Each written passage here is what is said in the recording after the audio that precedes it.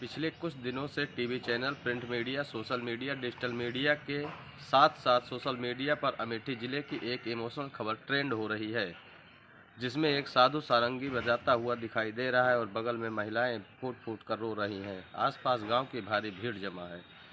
यह इमोशनल दृश्य अमेठी जिले के जायज थाना क्षेत्र के अंतर्गत खरौली गांव का रहने वाले रतिपाल सिंह के मकान के सामने का है, जहां पर 22 वर्ष पूर्व लापता हुए रतिपाल के 11 वर्षीय पुत्र पिंकू सिंह और अरुण कुमार सिंह अचानक योगी के भेष में आ गए। लेकिन अब उसे प्राप्त करने के लिए पिता रतिपाल सिंह को मोटी रकम खर्च करनी पड़ रही है, जिसके लिए मठ में 3000 साधुओं को भोजन, वस्त्र इत्यादि व्यवस्था हेतु 360 रुपये प्रति दर से कुल 10,80,000 रुपये की डिमांड की गई। इतना पैसा न देने पाने पर रतिपाल ने असमर्थता जाहिर की तो इसमें भी डिस्काउंट किया गया। जो प्रति साधु 360 रुपये निर्धारित किया गया था, उसे घटाकर 120 रुपये कर दिया गया। इस प्रकार अब रतिपाल से कुल 3,60,000 रुपये देने के बाद अपना खोया हुआ पुत्र वापस मिल सकेगा। लेकिन अभी भी इस बात पर संशय बना हुआ है, क्योंकि जब रतिपाल के पिता से बात की गई तो बताया कि पैसे की डिमांड गूगल पे के माध्यम से की जा रही है, जिसमें मुझे संदेह है कि पैसा भी चला जाएगा और मेरा पुत्र भी नहीं मिलेगा। अमेठी जिले के जायज थाना क्षेत्र के अंतर्गत खरौली गांव के रहने वाले रतिपाल सिंह अपने परिवार के साथ नई दिल्ली के खजूरी थाना क्षेत्र अंतर्गत शहादतपुर में रहा करते थे। रतिपाल सिंह के 2 शादियां हुई थी। पहली शादी संग्रामपुर थाना क्षेत्र के शाहजीपुर गांव में हुई थी। उससे सिर्फ यह एक लड़का पिंकू उर्फ अरुण कुमार सिंह का जन्म हुआ। जब पिंकू 6 वर्ष का था तब इसकी मां बीमारी के चलते स्वर्गवास हो गया। इसके बाद पिता ने अपनी दूसरी शादी माया देवी के साथ कर ली।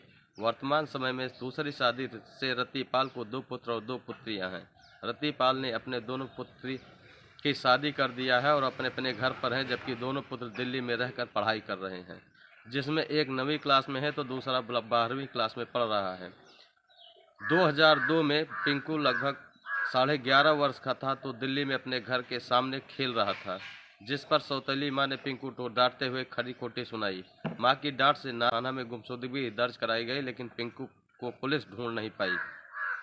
22 साल बाद अचानक 27 जनवरी 2024 को साधु के वेश में एक नवयुवक रतिपाल के पैतृक घर खरौली में पहुंचकर पिंकू खुद को रतिपाल का खोया हुआ पुत्र बताया।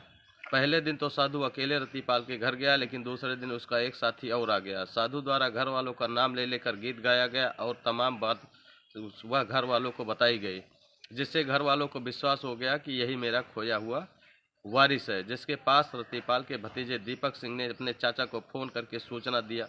तब रतिपाल आनंद फानन में नई दिल्ली से अपने खोए हुए पुत्र को मिलने की चाहत में गांव पहुंच गए। साथ में उनकी दूसरी पत्नी अर्थात पिंकू की सौतेली मां भी गांव आई। गांव पहुंचकर रतिपाल ने नवयुवक साधु से मुलाकात कर तमाम जानकारी लेते हुए खुद को तसल्ली किया। उसके बाद उसके रुकने को कहा, लेकिन वह तैयार नहीं हुआ। लगभग 1 सप्ताह व्यतीत करने के बाद गांव से भिक्षा मांगकर वापस चला गया। बताया जाता है कि भिक्षा में उसे लगभग 15 कुंटल अनाज और बहुत सारे रुपए भी मिले। पिता रतिपाल द्वारा उसको कपड़े और मोबाइल फोन भी खरीद कर दिया गया। रतिपाल सिंह के द्वारा खरीद कर दिए गए मोबाइल से नवयुवक साधु बराबर संपर्क में है।